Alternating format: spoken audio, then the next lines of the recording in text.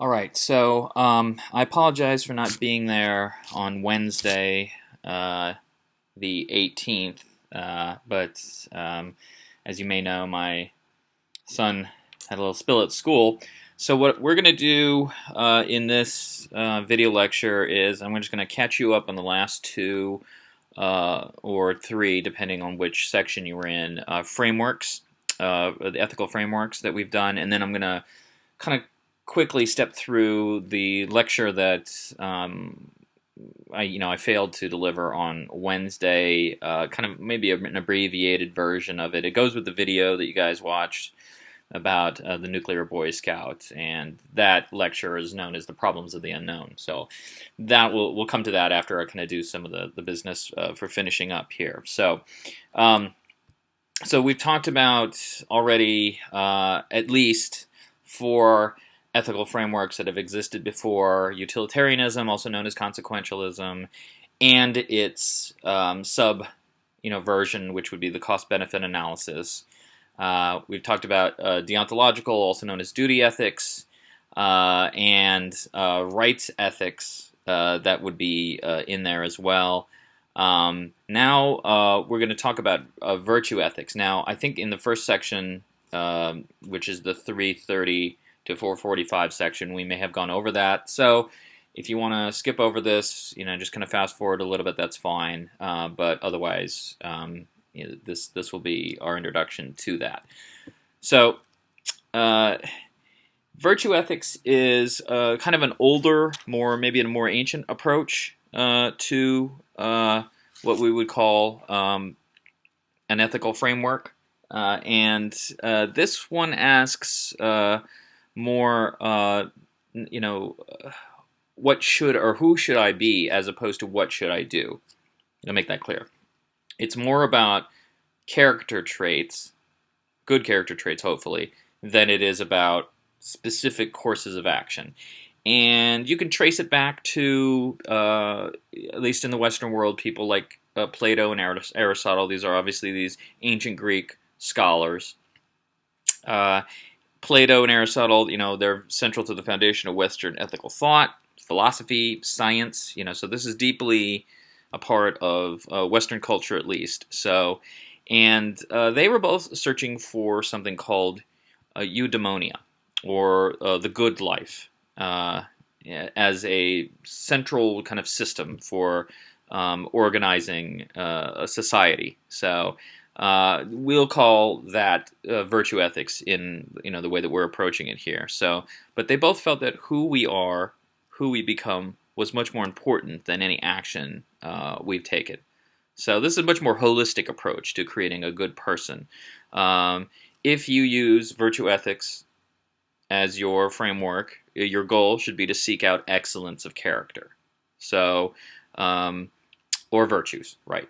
So a bad character traits would be known as vices. So in our first example, loyalty, faith, honor, those are virtues. Vices are things that are either detriments of deficiency or excess. So you're looking for that sweet spot, as I mentioned there on the slide. So for instance, concern is what you would be aiming for, like an archer. And this is where Aristotle really adds his input into this. He thought that it's very hard to be a virtuous person all of the time. But you can train yourself, like an archer can hit a bullseye. So an archer would be aiming for concern. If you had too little concern, you'd be apathetic. If you had too much concern, you'd be a zealot. So both of those things, deficiency and excess, are bad. Same thing with order. Order is a good thing. Too little order is chaos. Too much order is regimentation. Both bad. Freedom is what you're looking for. Too much freedom would be anarchy. Too little freedom would be tyranny. So those are, the one way, to try to organize life is trying to aim for these best character traits. Oh, yeah, another example, courage, if that's important. And of course, our society, you might think that these are very old ideas, but our society does value courage. For instance, we have a medal that we give, for valor, or for courage, something like that. If you had too little courage, you would be a coward, or cowardice would be, the description. Too much, you would be rash, or maybe strong-headed, not really thinking about what you're doing before you go into it.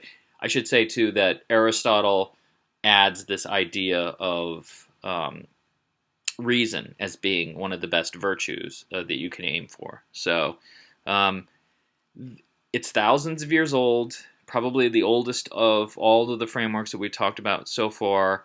But there have been a lot of recent arguments that more and more virtue ethics should become much more part of our society, and especially the idea of emulating people whose characters we admire. So, for instance, a feminist approach might focus on caring and nurturing as being most important towards the good life or toward happiness, right? Resurgence in virtue ethics has been popular in engineering as well because of the lack of autonomy that I've mentioned before. So, especially if you're working for a corporation or if you're working for some large entity. So, perhaps you could choose to be a fair, loyal, honest employee, and even though you don't necessarily have too much control over the workplace, that still would generally make you an ethical person. So, and it sort of works, when we say like a lawyer who represents a drug dealer. And we talked about whether or not we think lawyers are professionals and whether they're ethical. But you could argue, okay, on the one hand, representing a drug dealer, or name your bad guy, whatever it might be, they might not necessarily be doing a public good or helping society in any way, but it still connects to their code, the lawyer's code, that they are representing their clients to the best of their ability, that they show concern for them, they are loyal to their clients, whatever that might be. So that's how you can kind of work in maybe an imperfect system. So these strands of virtue ethics are united in their commitment to a number of principles as well. So number one, in order to live well, a person needs to be moral and therefore have virtues.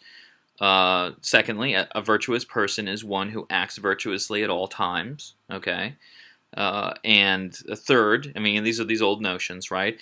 A person who acts virtuously if and when they possess and exercise these virtues is exhibiting these traits of being a virtuous person.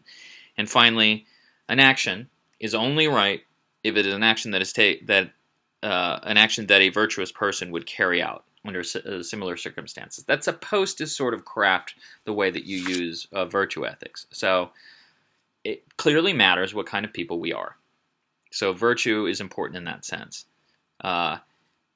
And it's kind of interesting that other frameworks that we've talked about, consequentialism, i.e. utilitarianism, duty ethics or deontological ethics, they pretty much ignore character. They're more about prescribing actions and maybe outcomes than they are the character itself. So you could make this big argument that virtue is important. On the flip side, however, virtue ethics is pretty weak in telling us on what actions we should take. It sort of lacks this level of guidance that we might be looking for in a tough situation. For instance, if it is a very difficult choice, and most ethical dilemmas are difficult choices, between two different evils, which is the lesser maybe of two different evils, how does virtue help you make that choice? So you maybe kind of get stuck. Also, which virtues should we be emphasizing? Aristotle had his favorites. Plato certainly had his favorites as well too. They weren't exactly the same. So, we've maybe added a few, obviously since ancient Greek times. So what do we emphasize? What do we ignore? Are all virtues equal? How do you even measure that? Might this just boil down to some kind of cultural preference or prejudice or it's relativism, whatever it might be. So the way to use virtue ethics, or at least consider it, is ultimately, again, whatever it is that's going to help you sleep at night. So if we operate out of our own personal ethics all of the time, Are we cheating on exams or papers or at work, borrowing or appropriating other people's ideas? Do we collaborate too closely on homework or on work in the world of work? Lines can be very blurry when we are making ethical choices. Virtue ethics is not necessarily helping us guide the blurry stuff. So while virtues may be very important, there may be other things that need to be added to this equation. Okay, so a subset of virtue ethics is Stoicism. And this one is also not in your textbook, as you see there. It has become pretty popular in the military, especially for those who are maybe at the lower rungs. And also, therefore, maybe it's important to note for engineers, not to say that they're exactly the same situation, but again, maybe a lack of autonomy, a lack of power there. So the motto of Stoicism is bear and forbear. So, put up with situations you might not like and try to control your emotional state as much as possible. And like I said, this syncs up with military ideas like self-control, discipline, and endurance. This is also Greek in origin, so it is nearly as old as, or being a subset of virtue ethics, I guess you could say it's the same thing, but it's nearly as old as those other ideas of virtuism. But this really became popular, even though it's Greek in origin, really became popular in ancient Rome.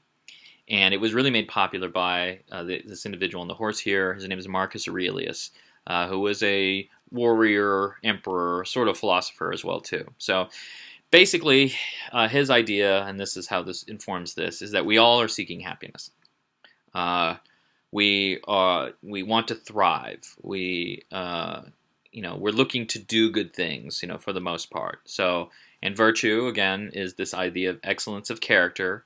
So this would be at the core of Stoicism as well. This needs to be internalized, according to Stoicism. You need to make sure that you are depending very little on things that are outside of your control, and you're internalizing this the most, and then you're making the best out of what little power you might have, and take the rest as it comes, as it happens. So that's it in a nutshell.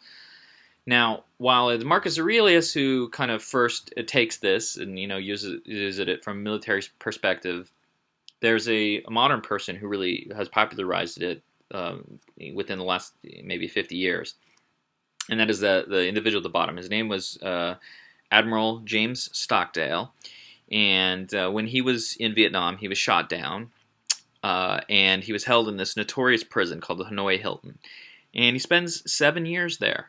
4 of those years, he was in solitary confinement, and he was being repeatedly tortured throughout this entire process, but he managed to maintain to the best of his ability in these very tough circumstances. After he was freed, he explained how he was able to put up with this situation. And he said that he had been able to withstand the torture and all of these terrible conditions because he had ironically taken a course in college that had introduced him to the philosophy of Stoicism. Like he had read a book by Epictetus, who is this ancient Greek philosopher, and he had remembered it, but didn't really think all that much about it until he had found himself being thrust into a position where he thought that as basically being held by the Vietnamese under these circumstances, he was kind of thrust into almost an ancient world, almost a Roman world in some ways. So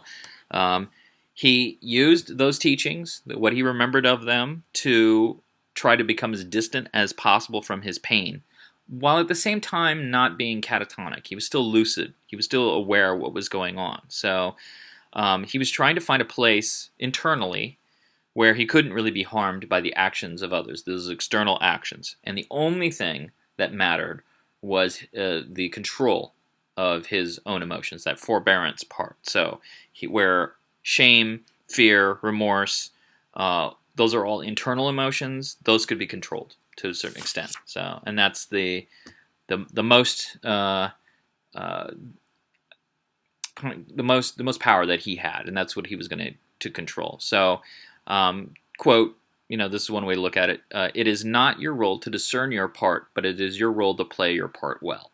So that's what he was operating under. Another quote from Epictetus is, "It's not what happens to you, but how you react that matters." At least that's the way that we translate it. So a Stoic, I mean, this is an extreme example, but Stoics for the most part would, if you're strict to this discipline, dismiss possessions. They don't really care as much about the offices they hold, the awards or the honors that they are given. A Stoic would see these things as diluting us, drawing us away from what truly matters, this moral character, the integrity, the will of the self.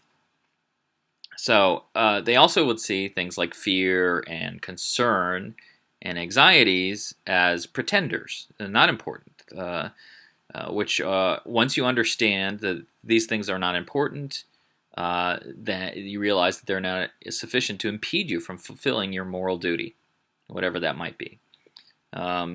So it basically, it's sort of, you can argue that it boils down to a certain amount of, very strong, decisive self-respect, and physical harm, or the way that others treat us is not all that important. So that's the great strength. The great strength is limiting your vulnerability to anything that's external and beyond your control. And you can see how this is going to be an important idea when it comes to those who don't have control anyway, or don't have a lot of autonomy. But it's also one of the weaknesses, too. Maybe it means that we are too closed off to emotions. If you're limiting your ability to feel, quote unquote, feel externals, including caring for your family or your friends or colleagues or acquaintances or just human beings in general, you may be setting yourself up for a bigger break in some respects. So, think back to what I had said about utilitarianism and this idea that being a little too strict in that, not having room for emotions may be problematic. So obviously emotions and vulnerability are what makes us human. So maybe we have to embrace that to a certain extent. So having a fear of emotions might lead to actually worse things like PTSD, post-traumatic stress disorder, where we haven't really dealt with the pain in some respects. So, and maybe other ethicists have noted that maybe vulnerability is important in certain situations. Even in combat, and that Stoics, in valuing obligation and duty above all else, might set up soldiers in particular to become implicated in war crimes.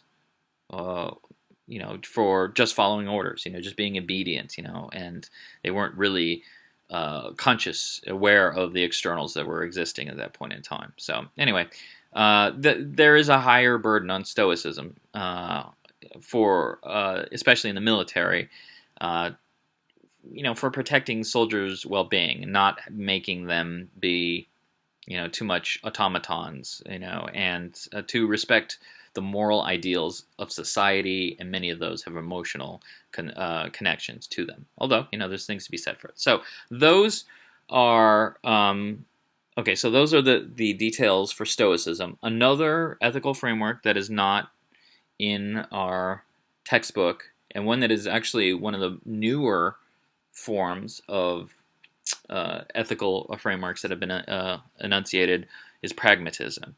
You could maybe think of this as the opposite of idealism here. So it's an American invention from the 1870s. It really comes about during the Second Industrial Revolution. It's very popular for that time period, and it continues to exercise a certain amount of influence. So basically, it is emphasizing good consequences, very similar to utilitarianism, but it's embracing a much wider range of values than simply maximizing good. By impartially considering the interests of everyone. So pragmatism emphasizes the importance of context. So what is going on when you are making, that's going around you when you're making your choices. So the strength, maybe the greatest strength of pragmatism, is its flexibility, which is important in any kind of ethical framework. We mentioned deontological ethics. That is weak in that it's a little inflexible. It's somewhat rigid. Bound to these ideas. This one flexible based on context. What is going on that would allow you to, continually assess, the direction that you should take. So, essentially, do the thing that makes the most sense without getting hung up on moral principles, which, of course, hints at some of the problems. But, for example, would it be morally, I ask you a question, would it be morally acceptable for you to cook over an unvented open fire in your apartment in IV? Probably not. That's going to violate a lot of, fire codes, of course. It's also, like, if we're thinking about it from a moral perspective, it's not very virtuous. It's, obviously completely unsafe. If you have half a brain, you know that this is, a dangerous endeavor. However, if the context were different and it wasn't just a typical day in IV, but it was after an enormous earthquake has happened and half of the Pacific coast, the power is out or something like that, or if we are in Berlin or Hiroshima in 1945, you're not probably going to care that much about where it's okay to cook cook a meal or to build a fire, or if it's New Orleans after Katrina or something like that. So if it's a time of crisis, it is maybe a much more acceptable situation. So that's one of the great values of pragmatism. And some of the examples we have here too are how pragmatism was used historically. The Los Alamos Project obviously leads to the atomic bomb, and here's some of the individuals, who are key, at least in the beginning of that process. And I'll talk a little bit more about who Albert Einstein and who he is, obviously, but who Leo Szilard was.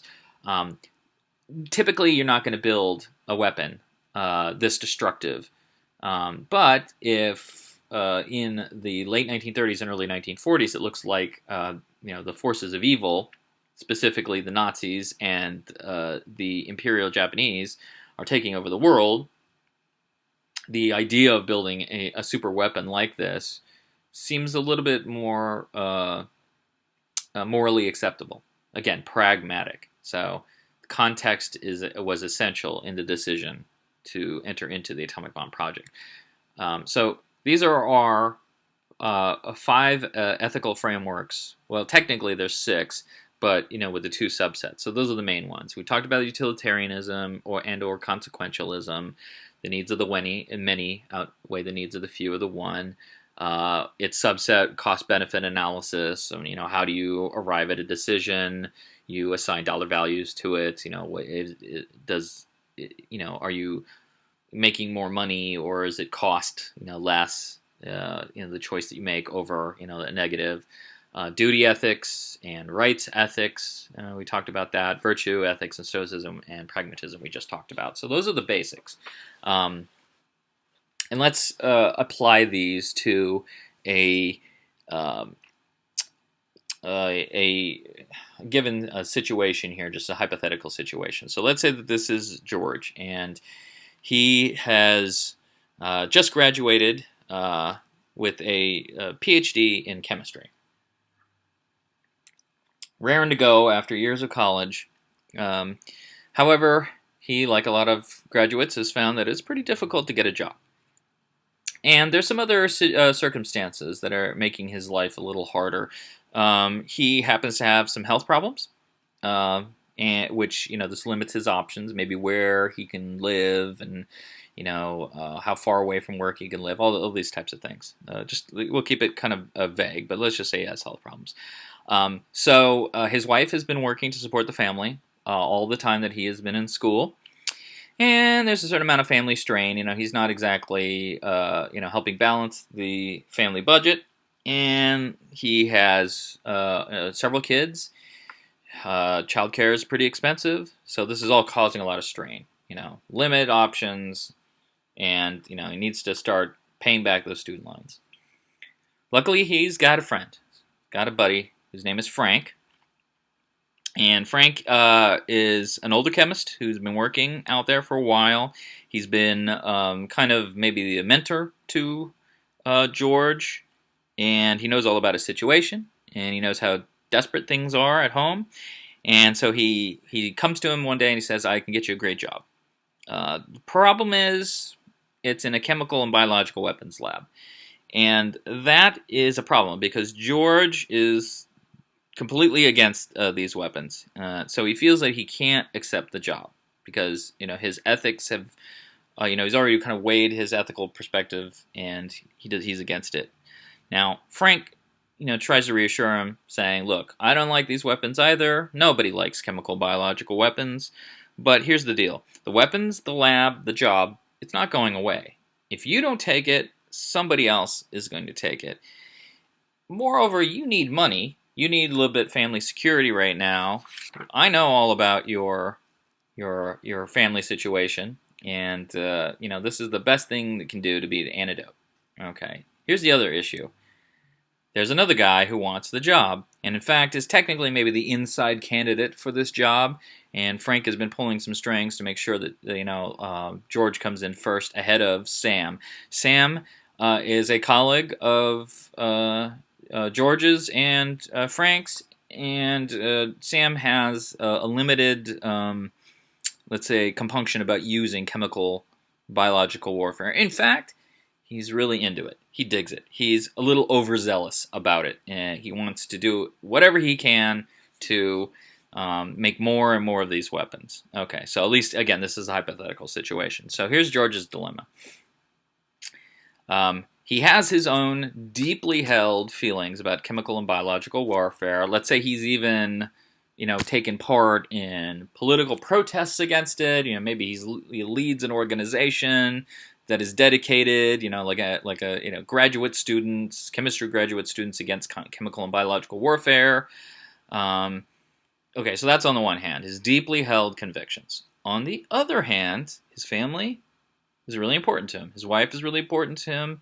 His kids is concerned for them. He also is a little worried about this guy named Sam getting this job, sweeping it out or taking it from under him. So all of this is in the mix. And this is probably, obviously this is a little overinflated, but, think of all of these things, all these factors may be in the mix when making any kind of ethical decision. So under, let's say, that last framework that we talked about, pragmatic framework, George takes the job because it's all about context. If he wasn't sick, if his marriage wasn't on the rocks, if his kids didn't, need, if he didn't have 3 kids, or here we have 4 kids, if he didn't need to take care of them, and if there wasn't this, potential lunatic who was going to be taking the job from him, maybe he wouldn't.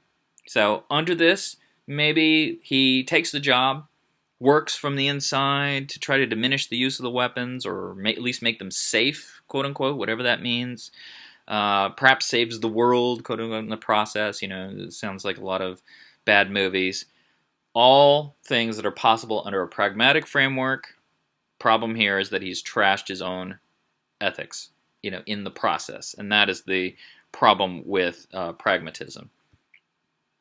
There is a danger of what we would call moral relativism, or another way to put it would be just gross rationalizations. So, getting bogged down in the context, in the facts, and the details that are surrounding you, and ignoring these kind of larger, longer term, maybe more deeply held moral principles is problematic. So technically under pragmatism, you could pretty much justify anything, if you throw in enough variables in there. So it's a benefit of pragmatism is that it's very flexible, and you can assess complex and very different situations, especially in a crisis, especially in an emergent situation. But the problem is, again, you flush your ethics down the tubes. So, and within this, it either seems like there are no right answers, and so you just choose the lesser of the evils, or all answers are right in some way. You can make them all right. Again, maybe too flexible in that respect. Um, and you can weigh those against the other, weigh that same situation against the other ethical frameworks that we talked about. Corporate ethics. So this is not necessarily an ethical framework, although if you are working for an institution, a corporation, perhaps, and it is fairly a strong one, and obviously the world of work is the world of money, and like George's situation, he needs to make money, take care of his family, take care of his needs. You may be tempted to just hitch your wagon to whatever the company is telling you is right. So, and this again, so the context, you could say, the context is in the world of corporate work.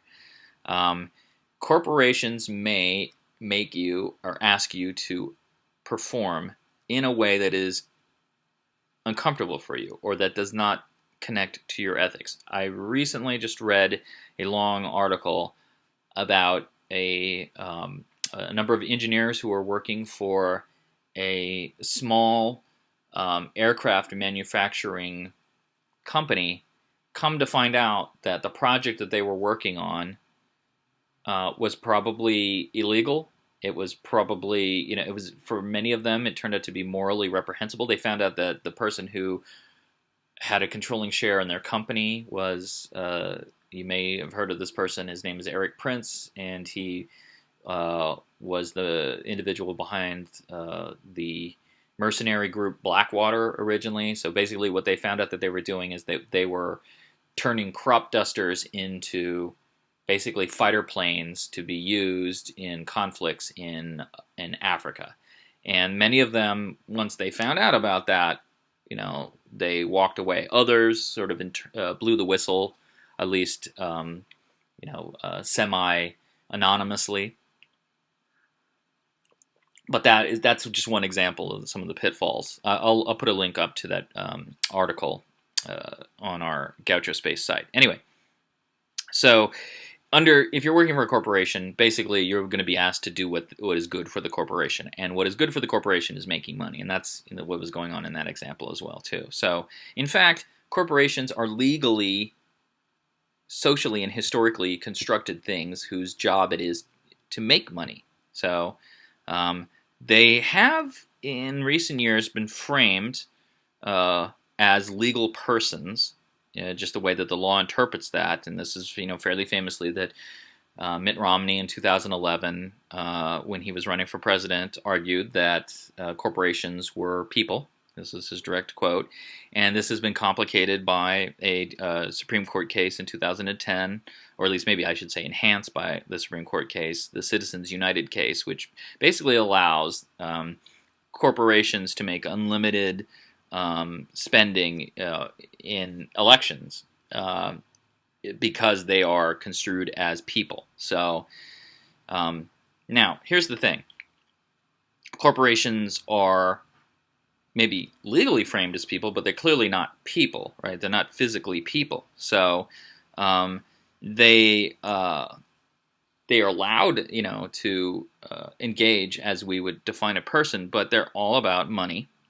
And their real duty, rather than to society, is to their shareholders. In fact, Lee Iacocca, who is the former head of Chrysler, once said, "Our customers are not the people buying our cars, but they are the people who are buying our stock." So, and this has been used as an excuse for really bad behavior. So, bad behavior by, companies like Enron, who, did such a bad job of running the company.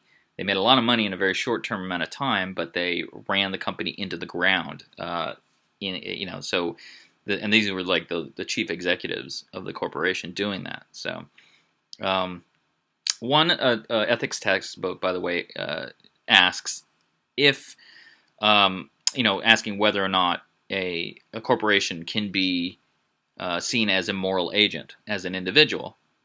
It's saying, if a corporation, quote, has no moral agency, then it cannot be held accountable for its actions, although sometimes individuals and corporations can be accountable. And here's the issue, right? It is, while the corporation itself is not going to go to jail, people within the company may go to jail or face fines or whatever it might be. So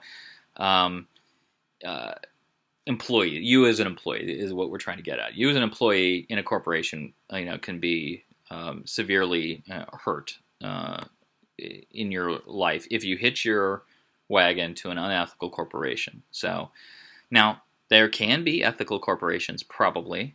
It depends on what your definition is, but give you an example. So there are corporations that treat their employees very well. They don't overwork them. They have excellent benefits. They still make good products and they make profits, but they give back also to their communities. Hewlett-Packard, for a long time, not anymore, but at one point in time, that computer company once had a no layoff policy. Ben & Jerry's, they emphasize a lot of charitable activities from their employees, allowing their employees to volunteer very widely. At the other end of the spectrum, Enron, like I mentioned. So they promoted and rewarded unethical behavior, even though, well, they had a list of corporate ethics, that was kind of like a boilerplate. They, manipulated energy markets, for instance. In the early 2000s, California, there were all these brownouts that on the surface, we were led to believe that there was a lack of power. In reality, it was Enron gaming the system so that they could make more money off of managing energy. So this led to the collapse of the company. It led to Jeffrey Skilling, who is basically the vice president of the company, going to jail, losing his wife. I think the head of the company actually died before he had a heart attack before he could be tried. But the Enron does not exist. So more than that, lots of people lost their life savings and lost their jobs. So we could say maybe in different ways, Enron kind of set the tone for VW or General Motors or British Petroleum or any of these other companies that have been involved in recent scandals. So maybe Facebook. Another example of a small corporation, but one nonetheless that has been in the news of late for unethical practices, Martin Shkreli, who he's basically the CEO of this corporation. He jacked up the price of a drug 5,556%. It went from $13 to $750 per pill. It's a very small community of people who actually use it. But all of a sudden they found themselves, finding it very, very hard, to purchase this. And, again, that's purely based on what the market will bear. So you can argue that that's perfectly fine if you're just pure capitalist. But when it comes to maybe, what's good for society, that's not so great. So he is now under indictment for insider trading. He may actually be in jail. I'm not positive on that. But anyway, so those are some examples of bad corporate behavior. So it's hard as an employee to determine right at the onset if you work for a good company or a bad company. One of the ways you can do this, however, is kind of look to some of these factors within the company itself. Consider what is being valued, what is being rewarded. Not just what they say is being valued, but what is actually being valued. Well, who are the people who are moving up in the company? So, for instance, managers and employers, do they acknowledge the complexity of ethical values? Do they try to balance the needs of the stockholders, those they're trying to make money for, with the public at large? Are they using ethical language and not just paying lip service? It's not just for show, but do they have a corporate code of ethics that explicitly states ethical responsibilities in a job description? Do they put their money where their mouth is? Do they follow that? Enron, of course, had a code of ethics, as I mentioned, but they didn't exercise it. Does the top management, and here's another example, Enron, that what breaks up. Did the top management really set the moral tone? So, whereas those top executives did some of the worst things. If we go back to HP again, one of the heads of HP drove a very old car, and never really upgraded his office until the day he died, sometime in the 90s. So that's putting the money back into the corporation as opposed to making it surrounding yourself with material goods. Ben and Jerry's, as I mentioned before, they donate almost 8% of their profits to charities. The average for most corporations is only 0.8%, so that's pretty high. Macy's, Kroger, Google, they're all over 8%. Google's 9.3%. Costco, 0%. Amazon and Microsoft are also very low, although Bill Gates, they have their side projects. So, but the company itself, not necessarily big on charities in that respect. If that, just one rule of thumb, one way to measure, one metric. So, ethical corporations should also have procedures for conflict resolution. So, a place that employees can turn to if there is a conflict inside, where they can get confidential advice. They will not be punished if they bring up an ethically troubling situation. And this is important because it would forego the need for whistleblowing. All right, so actually going outside the normal channels, whether internally or externally. So hopefully, the corporation has all of these things in place. Then you can be somewhat assured that you're working for an ethical corporation. So these are all these frameworks are important. All these ideas are important because it's all about developing your own ethical framework. So something that must work for you personally, and not just be a regurgitation of utilitarianism or pragmatism or whatnot. Something that makes sense to you. It's something that would help you think through specific ethical dilemmas. And this is part of the reason why we're doing these group projects, is because we're going to give you a specific ethical dilemma and have you try to test different ethical frameworks against it. So, but I want you to kind of be thinking about what your ethical standpoint is as we move throughout these weeks. I don't think you should necessarily only choose one. Although if there's one that you really makes sense to you that we've mentioned, that's fine. You can blend a few together, depending on what the situation is. It's important that you should have a set of questions you might ask of a particular situation by the end of the term. Hint, hint, that would kind of help you arrive at whatever your ethical perspective is. So, one thing to think is that the best framework is the one that fits the facts or that correctly predicts something, that you can measure and that you can observe. This is a very scientific idea. So we all probably have some deeply held beliefs. Maybe we're against the extinction of an endangered species, or we are against the military-industrial complex, or we are against big government, or we are for a stronger national security, or against using animals in research, or whatever it might be. If a given ethical theory, a framework that we talked about, conflicts with one of those beliefs, the conclusion would be then that framework made a false prediction and you can reject it if it's not fitting what you think it is. So the best frameworks are going to have a certain amount of accuracy, a certain amount of power, and a certain amount of scope. So accuracy is that idea that when it's applied to a specific problem, the theory predicted the right result. Basically checked against your deeply held moral beliefs or intuitions. It was consistent with your moral values, and it has then for accuracy. So it will also, however, I should say, challenge known facts and beliefs. It make you really reflect on things. So intuitive beliefs are often inconsistent, or at least they may be in conflict with each other. We might have two ideas that are ramming up against each other. So this is another thing that's important. A powerful ethical theory will help us rethink our positions. Maybe bring them into focus a little bit more. So we would see this maybe in the world of politics. You may be against abortion, but you support the death penalty, or oppose welfare spending that might help a poor single mother support a newborn.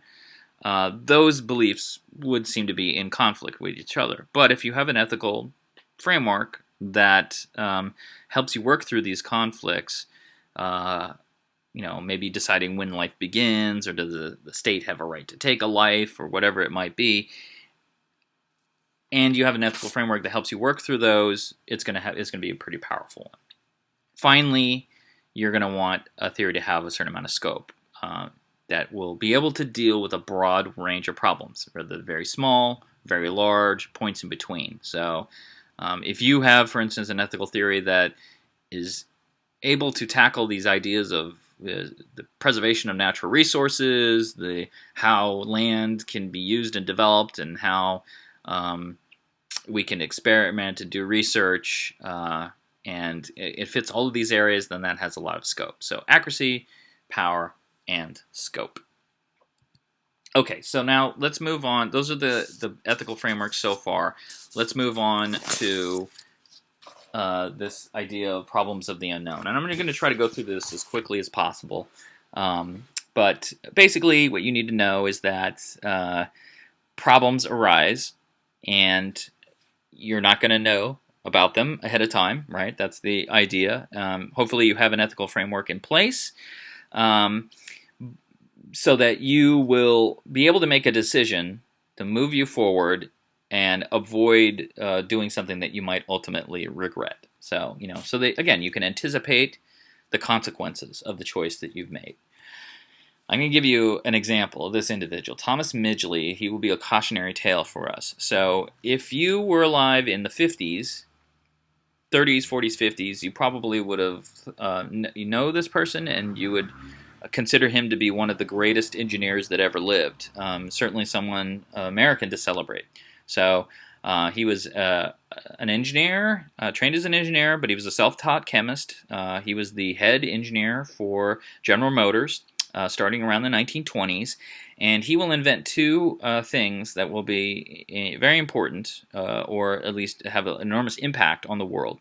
Number one, he invents leaded gasoline. Before the invention of what they will call tetraethyl lead or ethyl gasoline, burning this in your car was very severe. These explosions that were caused by the burning of non-leaded gasoline were so bad that sometimes they shook apart the motors of these early cars. And so adding lead to gasoline actually made for a much safer, happier, more comfortable ride, which is a really big deal. Okay. The other thing that he invents is Freon. Therefore, not for GM, but in this case for DuPont. And basically this meant that you could have air conditioning pretty much anywhere you went in the world. So, there was that period before air conditioning and the period after air conditioning. Celebrated at the time, considered to be, really big and very lucrative inventions. But one historian has claimed that Thomas Midgley was only looking at what was in front of him at the time, what was needed at the time. He was not taking in the larger view, and he basically had more impact. This is a quote. Thomas Midgley had more impact on the atmosphere than any other single organism in Earth history. So no single person or even animal or anything like that ever had as much impact on the atmosphere of the Earth because of these two ideas. So, of course, Freon, it was less toxic and actually a lot more stable than previous refrigerants that they had, experimented with. It made refrigerators extremely efficient. It was cheap. It was easy to use. That's why you're going to find it in cars. You're going to find it in movie theaters. You're going to find it pretty much everywhere you go. He was even in trying to sell this to his bosses at DuPont. He had a demonstration where he wanted to prove how safe it was. He wanted to show that unlike previous refrigerants, it wasn't flammable, it wasn't dangerous. And so what he did is he drank it into his mouth, at least held it in his mouth, and then blew it into a candle. And the candle didn't, burst into flames, and everybody thought, oh, wow, this is magnificent. This stuff is safe. Unfortunately, he accidentally drank some of it, and he was sick for probably about a year, but that's something that he hid.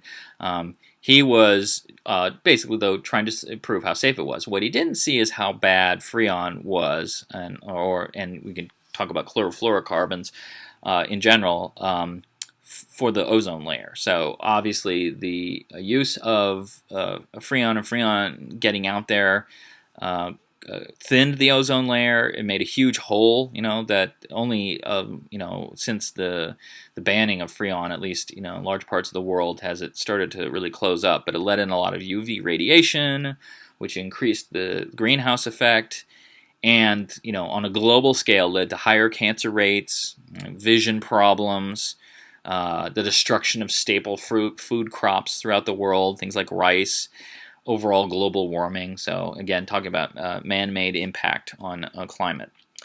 Ethyl alcohol, which is again a nice way of saying lead. I guess it sounds better than lead.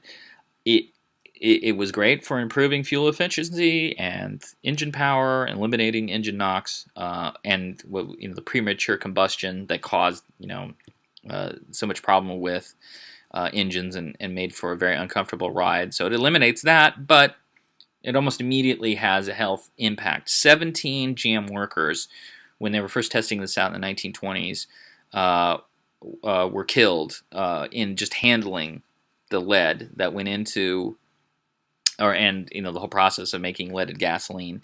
Many others who weren't killed were driven slowly insane, because lead poisoning has a terribly detrimental effect on human cognitive ability. And there's even some historians who believe that lead caused the decline of the Roman Empire, in that leaded pipes were used for their irrigation. Nonetheless, it pollutes the air so much that scientists can actually fairly accurately pinpoint the dates of when leaded gasoline began and when it stopped, because they can actually, one way, they can take ice core samples and see, the change in lead in the atmosphere. They can even see it in the blood level of people. So that chart there is showing the levels of lead in people's blood, and matching that against the use of leaded gasoline, and we can see how both of those come down. It means that you're walking around with less lead in your body. So then this was based on a 1994 study. So it's showing that, quote, a concentration of lead in the blood of the U.S. population dropped 78% from 1976 to 1991 as they started to phase out lead gasoline. So now, what happens to Midgley? He's celebrated during his own time, so a lot of these ill effects, he's never actually has to confront, because he actually will die in kind of strange circumstances before any of these things happen. He comes down with polio, late onset adult polio, at the age of 51. And being an engineer, he invented this system of pulleys and ropes that was going to help him get out of bed and whatnot. One day, he hadn't showed up for work, and they came into his bedroom and they found that he had actually strangled himself in his own device, which is horrible, but also sort of a poetic justice in a respect, because he is sort of maybe figuratively strangled people by his own inventions. He was single-handedly so bad for the environment that he became a historical event. And really what his failure was, it was short-term success. And everybody, people made money off of it, and they were very happy with these things. But the long-term consequences that he didn't foresee were far more detrimental than any of the benefits that he brought from this. So Freon looked great to Midgley and most others because of its lacking toxicity, lacking its flammability.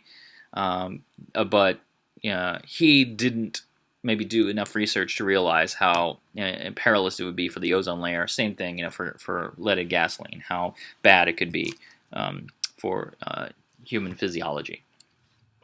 So, having done all of these ethical frameworks, and I gave you one hypothetical before, now let's do an actual, maybe a little bit more of an engineering issue, and just to talk about how you might apply, and some of the issues with ethical frameworks and an engineering solution, and also some of the unforeseen circumstances that might be involved.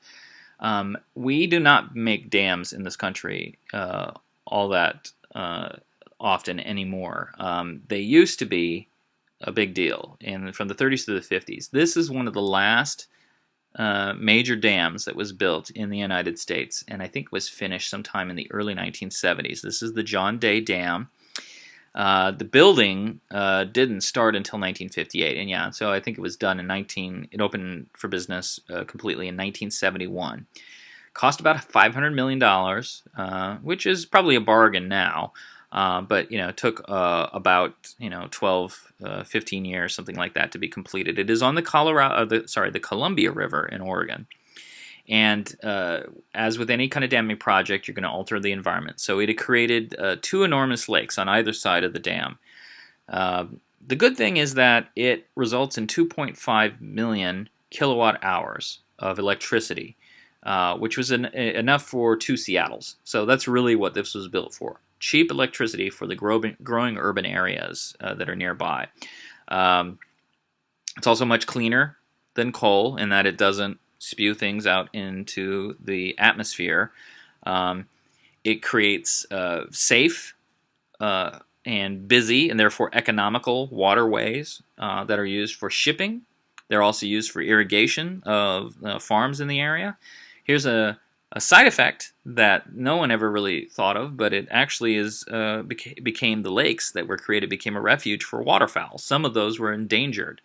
So this is, unforeseen circumstances a positive. Okay, but the bad, it's really, really bad for that animal there, the salmon. It interferes with the salmon migration, specifically the spawning process, where salmon going upstream to lay their eggs on these natural sandbars, well, they are submerged under these lakes that were created. And the young salmon that actually do make it, they sometimes get chewed up in the turbines there. So, so the animals are affected. There's also a negative cultural impact. Again, you might say this is hard to say, but for instance, the Native American groups say that their traditional fishing grounds have been decimated, and that's very important to their culture. Environmentalists are not happy with the changes to the environment. So you may be preserving things for waterfowl, but you're creating an imbalance for the salmon itself and maybe other animals. Sports fishers who will, like a lot of hunters and people who extract animals from the natural environment, they notice that there is a drop-off. And so they might not be visiting the Columbia River as often anymore. Maybe they're going somewhere else. So again, there's tourism that's involved in that. To just simply destroy the dams and reverse it, while it may be good for the salmon, it's going to be bad for the economy. You make an argument, if you may be utilitarian, that it's overall bad for the public. So engineers have had to come up with some solutions. It's not all or nothing. So some of the solutions they have come up with is hatcheries and busing on barges of the salmon. So $700 million has been spent. So the dam itself cost $500 million. $700 million has been spent in just trying to save the salmon, and there still has been a huge decline in the salmon population, from anywhere from 35% to 83%. They tried digging channels around the dam. They've tried idling the dams at certain times, lowering the lakes, even building these kind of makeshift ladders that are supposed to replicate the spawning process of moving upstream of a rocky stream. And these kind of bypassing, making sure that the salmon go around and they can bypass the dams. So those are all very ingenious, but nothing has been really found to work all that well. My favorite was that they have actually taken a bus and they've hollowed it out and they put salmon on the bus. So somebody actually buses the salmon, from one side of the dam, to the open water there. So interesting, very ingenious in some respects, but hasn't really done the job. So frameworks. A utilitarian is looking generally for the greater good. You will probably build the lifts and the diversions, these diversionary channels, but you're still going to allow for barges and electricity and irrigation. So you're going to keep the dam because that's probably what's going to help out the vast majority of people. If you were doing that subset, which is the cost-benefit analysis, you're going to weigh the value of Native American culture and fish against the economic value of, say, commercial traffic and cheap electricity. So maybe it's easier to put a dollar value to cheap power than it is to put it to tribal rights or animal rights or natural beauty. So, we have a lot of gray areas. That's where we hit a snag there. So, duty ethics, well, it depends on who you're going to be fair, honest, or generous to. Rights ethics, virtue ethics, whose rights should we uphold? Which virtues? Stoicism maybe doesn't necessarily factor into this unless you're an engineer working on the project. But, it points to some of the issues. Pragmatism. You could argue maybe that this is the best solution with the least amount of losers. So, pragmatist would leave the dams running, probably bust the salmon. But really, you could argue that the engineering part of this is still unsolved. The costs over time, you've already spent more in just busting the salmon than you have on building the entire dam. Those are maybe somewhat unreasonable. Who, in current economic conditions, is going to want to pay to bust salmon unless you are a salmon advocate? If you're an activist in some way, shape, or form for that.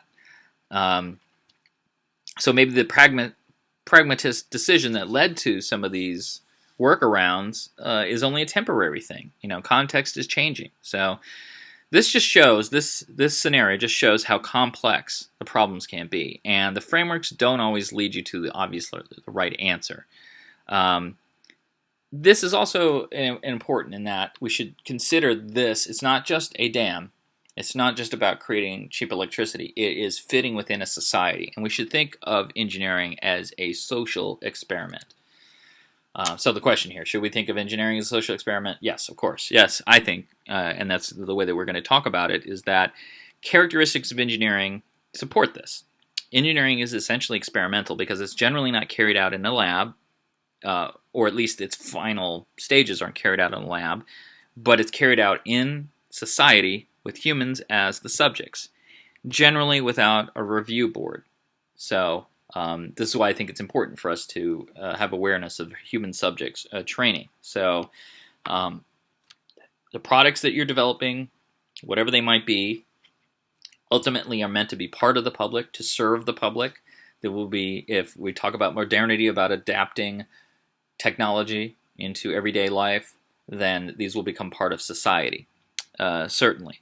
So, and here's an example of how something can be designed, but the public is going to use it in a much different way. So it's silly, but it's a great example.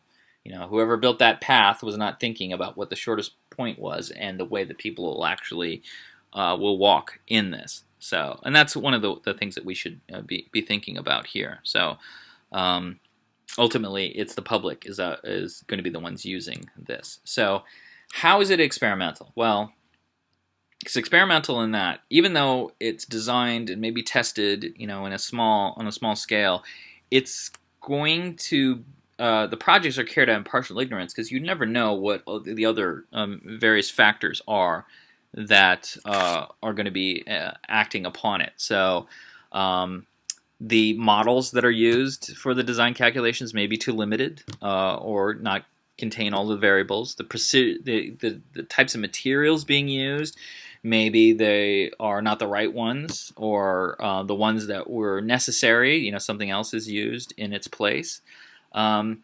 Maybe there were problems in the manufacturing process. Maybe there's all kinds of stresses that will work itself on the product or that it will encounter. So, for instance, my son put my wife's cell phone in the toilet once to see if it floats. It didn't, and it destroyed the phone. Now, probably the manufacturers of the phone knew that the products could potentially get wet.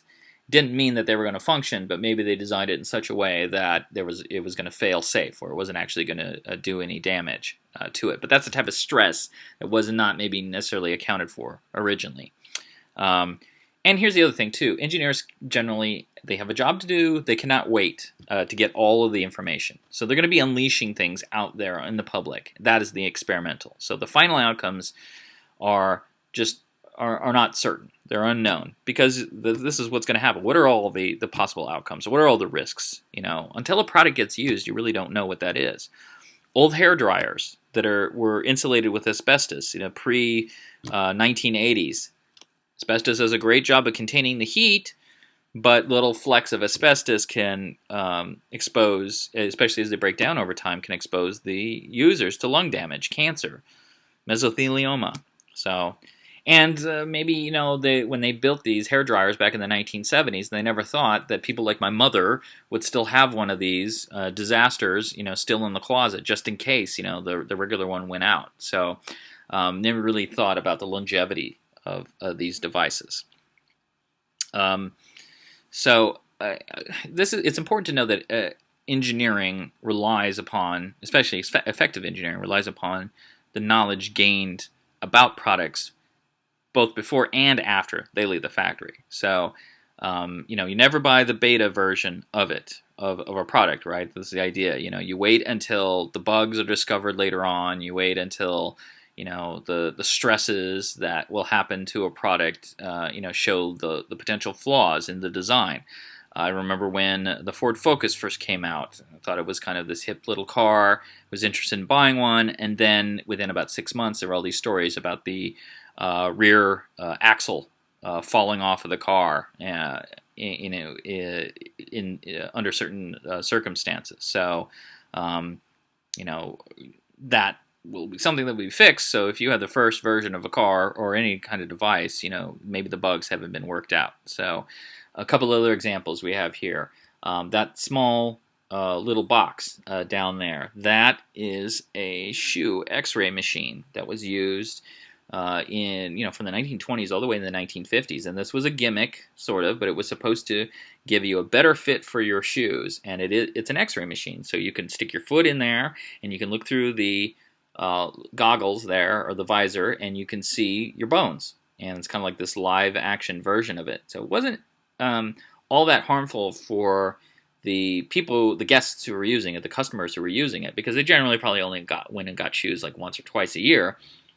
It was very harmful for the shoe salesmen. They were getting higher doses of radioactivity X-rays than was normal. So again, that was something that was the benefits were seen, but eventually, took a while before the negatives kind of caught up with it. Another, maybe more mundane example, this is a push-button beer can, and the idea was that it'd be a lot easier to open than with what they used to have, these pull tabs. Unfortunately, they found out that and they were using on a beer cans, that people who used these, especially if they were inebriated, they had a tendency to slice their fingers when they were using it because of the way that it operated. And so it was a very short-lived design. Again, something that the flaws were only found out after it was unleashed on the public. So that is experimentation, essentially, in a nutshell. So the product's efficiency, its safety, its cost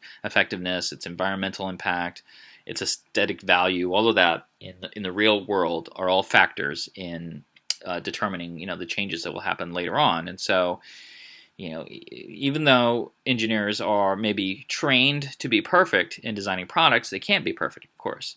And you can't know all of the consequences of any subject or any project, that is. So the next best thing you can do is to realize that a lot of unanticipated things can happen, and you need to think as broadly as possible, trying to guess at what those things might be, maybe even thinking worst-case scenarios.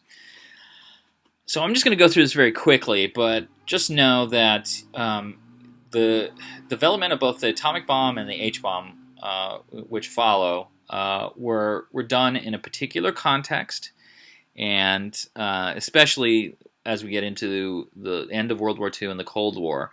And you could argue that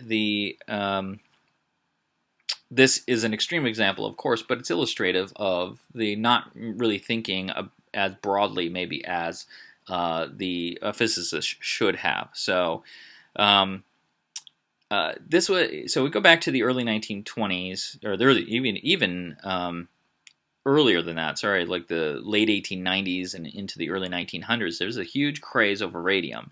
Radium, discovered by Marie Curie, and it glows and it gives off warmth, and it was seen by some as being a form of magic, or at least they could imagine a world powered by radium in the future. And there was this big fad with putting radium in everything. You put it in makeup, and you put it in butter, here we have here, and kids' toys, and you name it. Well, it didn't take too long to figure out, maybe too long in some respects, but it didn't take too long to figure out that too much radium, exposure to radium, was bad for you. You saw it in the video that you watched, where people were basically being radiated. The women who were working, what they called the radium girls, who were working painting radium paint on the hands of watches, came down with horrible cancers. Many of them died very, very young.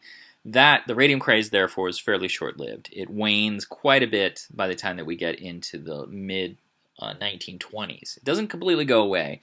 But that's kind of, you could call it the first maybe atomic craze, the first radioactive craze. So by the time that we get into the teens, people are still thinking about the possibilities of atomic power. H.G. Wells fairly famously writes a book called The World Set Free in 1913. This was even before World War I broke out, but he envisions a war being fought with atomic bombs in that. He had read basically Einstein's early papers, and was able to kind of imagine this great power coming out of that.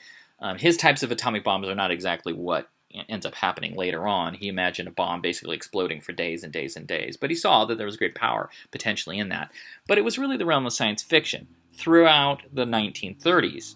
So Lord Rutherford, who was a British physicist, he was basically, the head of the physics community, and he very famously said in 1933 that anyone who says that with the means at our present disposal and with our present knowledge we can utilize atomic energy is talking moonshine.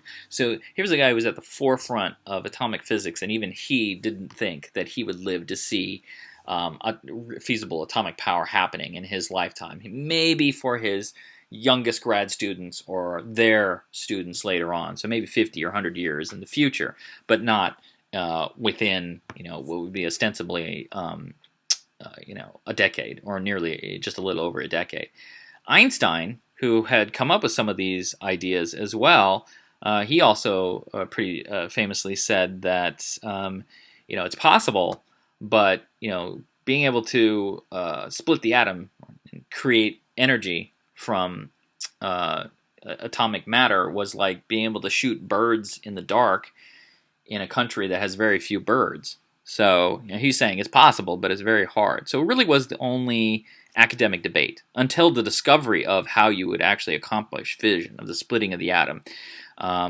So most of those who were in a position to make ethical choices didn't think that they were going to have to, because it was just the realm of science fiction for them. So they couldn't predict how rapidly science would change. Maybe they're students, like I said, but they didn't see World War II coming, which actually pushes these major changes to happen. And so it was this individual, Leo Szilard, who was basically the first to conceive of a chain reaction, of how you would actually get that going. And he was a Jewish physicist who had been working in Germany. He also saw the rise of the Nazis, and so he both has this epiphany of how to accomplish this, but also this fear that the Nazis and other physicists would follow. And he realized that Germany was basically at the forefront of atomic physics at that point in time, and so he gets very worried about this. So he's the one who is going to contact Einstein. He's a junior physicist. Einstein is world famous, so he realizes that Einstein is the one who can actually raise the alarm, because he's a household name. And so he sits down with Albert Einstein. They write a letter to Franklin Roosevelt basically saying the Nazis might get this bomb or this power. We need to make sure that they are not the only ones to have it. Maybe we need to do our best to try to beat them in the process.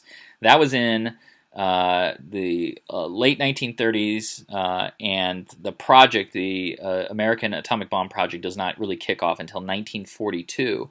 This is after we are already at war. The danger of the Nazis is very clear. We have very little idea how far that they've actually gotten with their atomic bomb project. Luckily for us and for the world, they didn't get very far. But that was one of the factors, the pragmatic factors, that was pushing the American government into engaging in the most expensive, or one of the most expensive military projects of all time. So, and again, this is the context of it. So now, what's interesting about it is the people who had the expertise, the engineers, the physicists who were building these weapons, they believed that they would actually have some kind of control over it as well. They thought they were doing the right thing given the context of the time. Leo Szilard thought that the danger of, at least initially, the danger of the Nazis was far worse than the building of what could potentially be, or was, what became the most destructive weapon ever developed, or at least the platform for that. He will change his mind after the Nazis capitulate, and it will actually be dead set against the use of the atomic bomb on Japan. But he's part. At least he doesn't have the direct input into the Manhattan Project necessarily, but he does have some kind of influence. And so initially he is excited at the possibility of the building of this weapon. So, and a lot of physicists were. Here we have Robert Oppenheimer, who was the head, UC Berkeley guy, who was the head of the atomic bomb project. He, like a lot of others, were overjoyed that the design had worked. They believed that it was there was a greater good in stopping the Nazis and the Japanese during World War II. He was one of many that hoped that he would have the ultimate say in how the bomb was used. The problem was the man standing next to him, General Leslie Groves, really should have clued him in that this was always going to be a military project, and the military and the federal government were the ones who eventually were going to take control of the project. And so a lot of those who had worked on the project eventually had a lot of guilt over the human suffering that was caused by it. Some would justify it. Even Oppenheimer justified it. They believed that they had ended the war more quickly, that by developing this terrible bomb that certainly killed so many people in such a short amount of time, less Americans had been killed in this.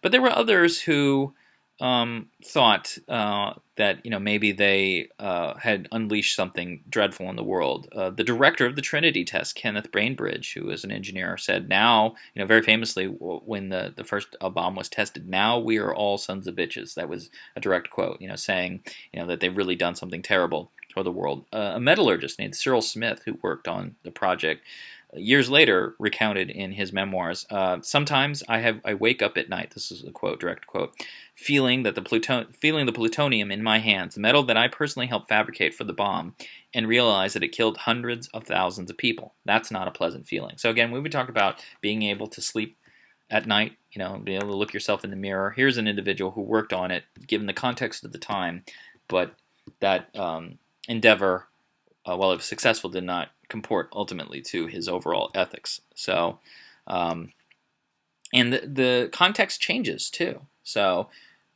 whereas the Manhattan Project with Oppenheimer might have had a lot of control over the use of atomic weapons during the war, after the war, there wasn't necessarily that control by physicists, by those who had the knowledge, and it kind of got away from them in a sense. So.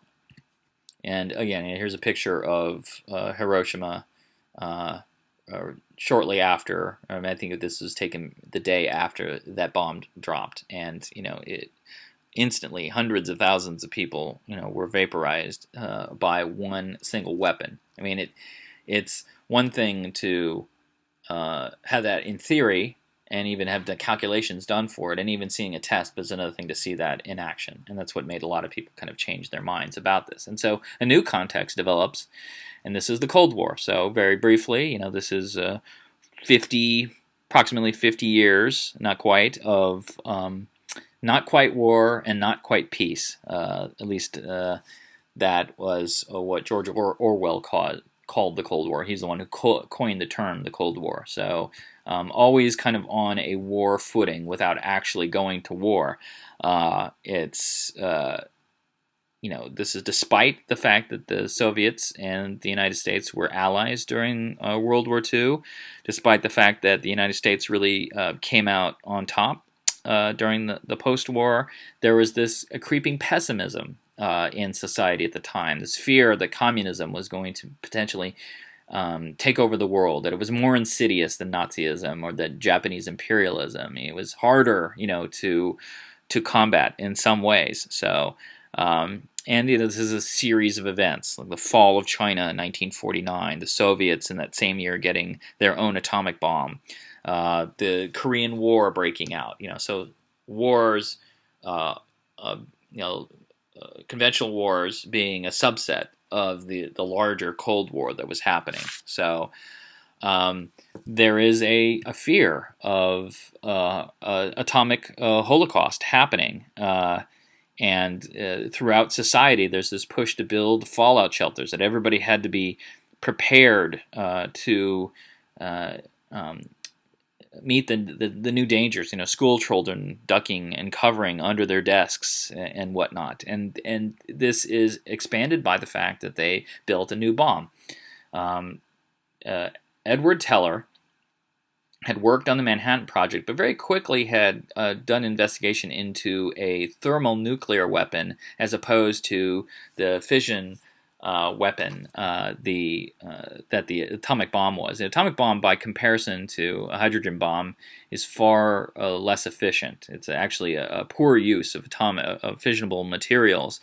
A thermonuclear weapon, basically, as opposed to splitting the atom, it basically smushes these elements together, things that don't want to be smushed together, and so it creates an enormous amount of destructive force, far more than the atomic bomb. So 100 times, at least 100 times more destructive, at least in the initial thermonuclear weapons. One way to think about it would be if the atomic bomb was 250 railroad cars full of TNT, and the H-bomb would be 16,500 railroad cars full of TNT. So, or 10 million tons of TNT versus 15,000 tons. So that's the size. And you can scale it up. It can be as big as you can imagine. That was not true of the atomic bomb. The atomic bombs were limited. Hydrogen bomb, they can be quite enormous. So one of the first tests of the atomic bomb will happen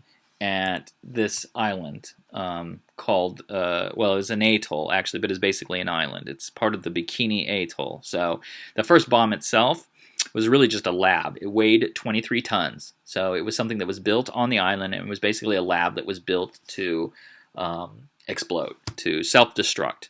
And this was the biggest, this will be the biggest atomic bomb test that we will have. We'll have two different ones, one in 1952 and then one in 1954. So, and you can see the before and after shots there where the lab was. It basically, this explosion created a 26-mile blast radius that created an enormous crater. And the crater itself was about 1.2 miles wide from a 15 megaton test. So, and that's just one example. I mean, they have scaled these things up to, at least the United States had 25 megaton bombs. So that's a 15 megaton that caused that blast. A 25 megaton bomb was the largest one that we ever built, and it had basically a blast radius of 90 to 160 miles. The Soviets had a 50 megaton bomb with a 500-mile blast radius. So again, scaling these things up, making them larger and larger and larger. Now I have the example of Godzilla in there too because of the unforeseen circumstances. They knew that these would be powerful. They actually did not know how bad this test would be, and so it blew all of these particulates into the air. And they rain down in the form of fallout, which is basically rain with nuclear materials on them.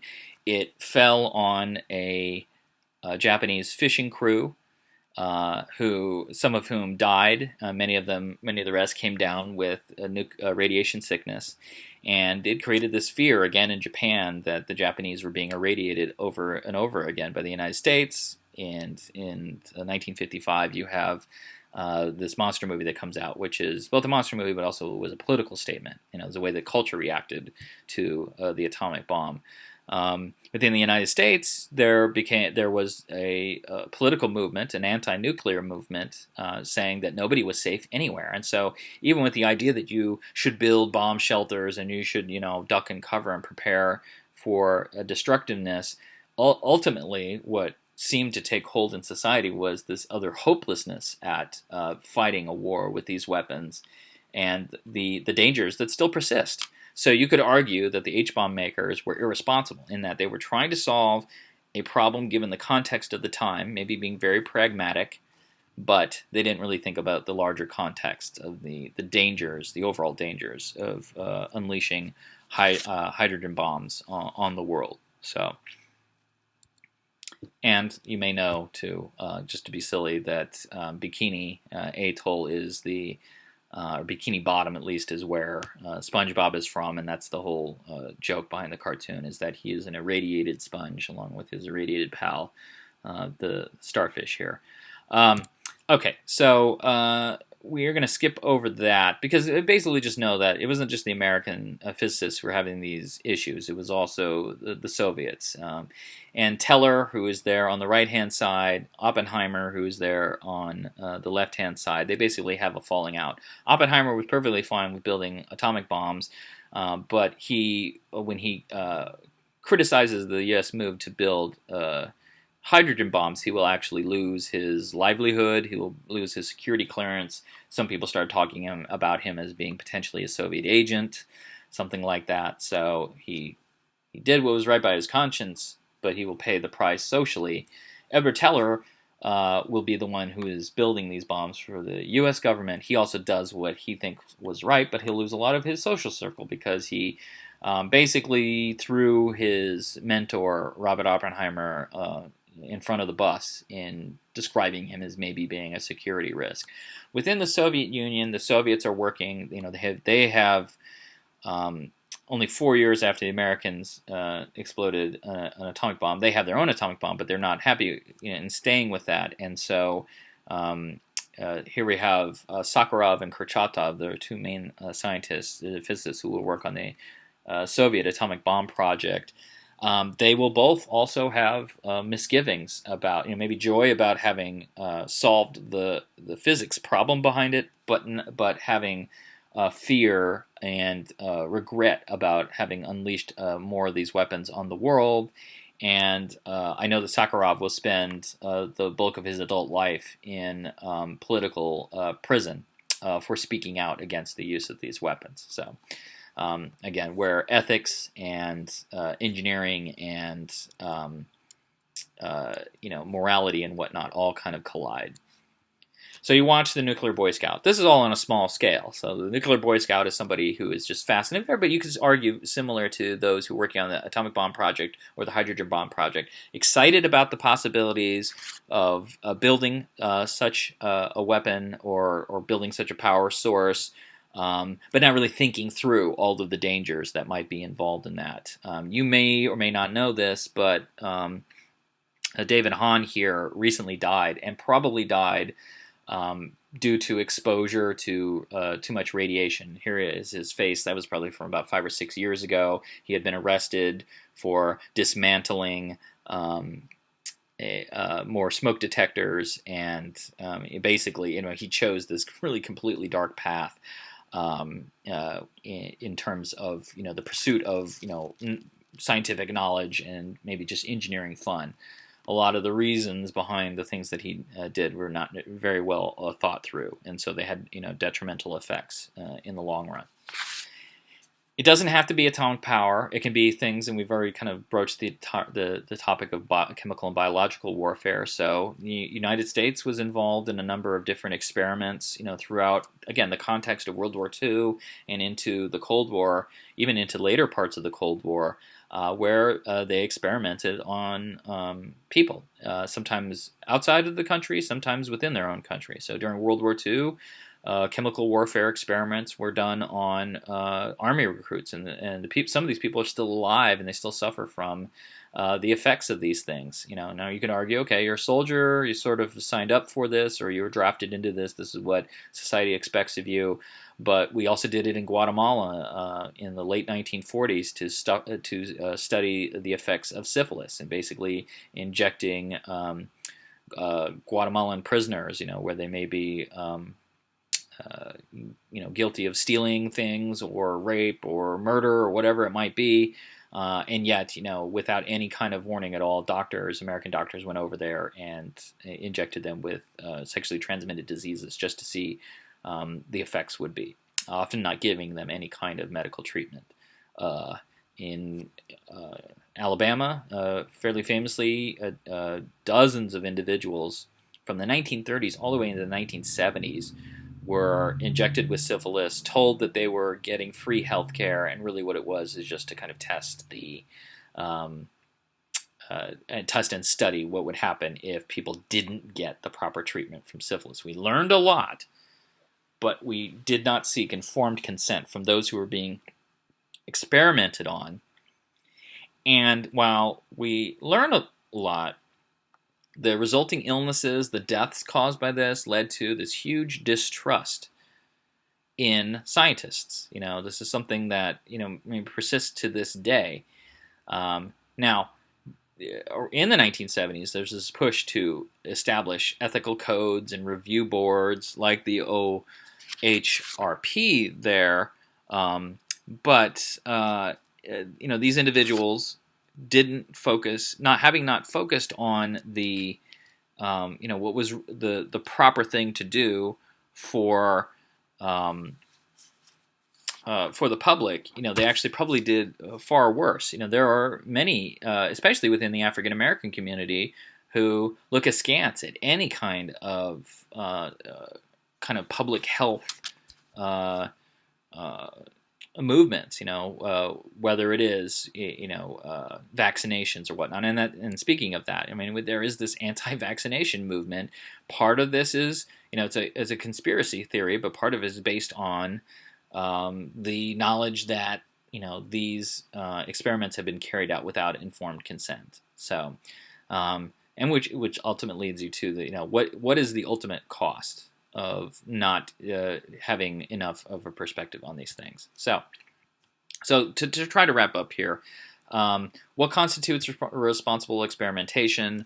There's a number of factors here. And again, engineers being engaged in social experiments should have these factors and try to avoid some of the pitfalls of some of the other individuals we talked about. So, number one, being conscientious. Think about things beyond your own narrow self-interest or your duties or whatever your assignment was. So what will be the broad social and moral implications of whatever you are doing?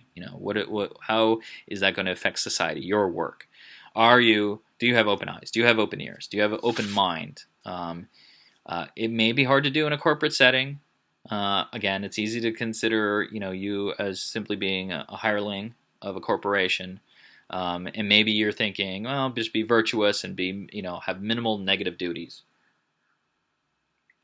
Not falsifying data, not violating patent rights, not breaching confidentiality. But again, try to stay focused on that first principle. The most important thing is the health, safety, and welfare of the public. So, as much as possible, consider other factors, especially when, the corporation is ultimately about making a profit, or maybe or a greater market share, or whatever that is.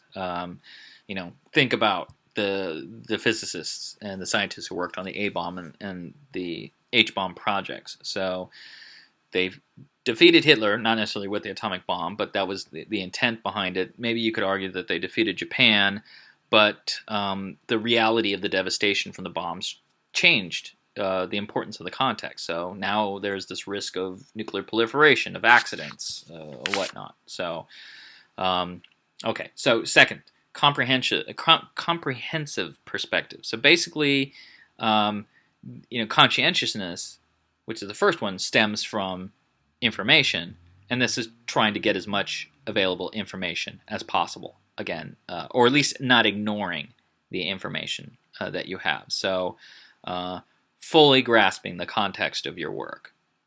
Later on, we're going to talk about drones and robots in warfare, which seems great in a dire situation, again, pragmatic when you're fighting ISIS or whatever it might be, but they might have much longer lasting negative consequences for society as a whole. This is hard to do. Being comprehensive, you can never get all the information, and it's just hard, especially given how there's a division of labor, compartmentalization, especially in the atomic bomb project or in any kind of program like that.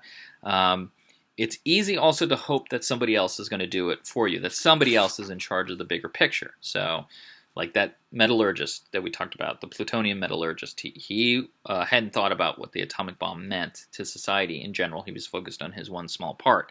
So, or you may think that you're ultimately going to have a say over how a product is used, but think about Oppenheimer and whatnot. Those who were even in a very powerful position, but ultimately were ignored by the president of the United States, who happened to be Truman at the time, and by the military as well. So being comprehensive, you're asking yourself, what is going to be the social impact of what you're designing? What might be the unintended consequences? Think as broadly as possible. And practice preventative medicine, I suppose you could say. So anticipate the consequences and try to minimize them as much as you can. 3, and that fits into this as well, is having a moral autonomy. Question your goals. What are your actions? You're not just taking orders, or you can't just say that you're just taking orders. It's not enough in that sense to view yourself just as an employee. You have to satisfy moral obligations that you hold. Again, the safety, the welfare, the health of the public. So question the adequacy of the safeguards of any product, the assumptions made about how a product will be used. Hard to do because also you'll be pressured to meet deadlines, to toe a party line. You don't want to, in the world of work, go against what everybody else is working towards. So. And also, you may not you may not feel you have the freedom to say things or to be critical. But if you are responsible, you are critical, at least in the things that you can speak to. So speaking up when things are problematic. Now, it doesn't mean you're always going to have a happy life in doing that. I mean, it's one thing when maybe internally, that you're going to feel good, but Oppenheimer spoke against the use of the H-bomb, and his career was ruined. So, because there were people who were threatened by his stature and whatnot. So, it may have negative consequences for you. So it's not, again, maybe this is more like utilitarianism. It's not about happy endings specifically for you or for your friends or your family, but it's about doing the right thing, all told. So it's a much harder decision to make. Teller, on the other hand, a long government-supported career, very lucrative, was the top nuclear expert in this country, even up through Ronald Reagan's presidency, but he lost most of his friends, and also appeared to be not so happy with his life in some respects. So it's a choice. Finally, there's accountability. Accept the responsibility for whatever actions you are. This is a moral responsibility. I am responsible for the broader implications of my work. So, as opposed to a simple causal responsibility, things that directly associated with what you've done, but it's the indirect things as well too. It's hard in the world of work where it's fragmented, where responsibility is, again, compartmentalized, is distributed, where maybe the channels of communication aren't always very clear, where there's a pressure to move on to the next project. But there's a growth of malpractice lawsuits in the world of medicine, so too there's similar kind of malpractice suits being brought in the worlds of engineering, and this is a shift away from issues of moral accountability to legal accountability, where something could be legal but not necessarily moral, or vice versa. So fixing yourself to having accountability and moral accountability already is probably a safer bet, you could argue, in that sense. So another way to look at it is, you hit all these benchmarks, you are complying in some sense with the human subjects standards that you already are familiar with. So, in a nutshell, and to finish off, try to best as possible to monitor the consequences of your work. So that means not just whatever, your initial understanding of the product being done, but what is happening after its use, especially how is it being incorporated into the public.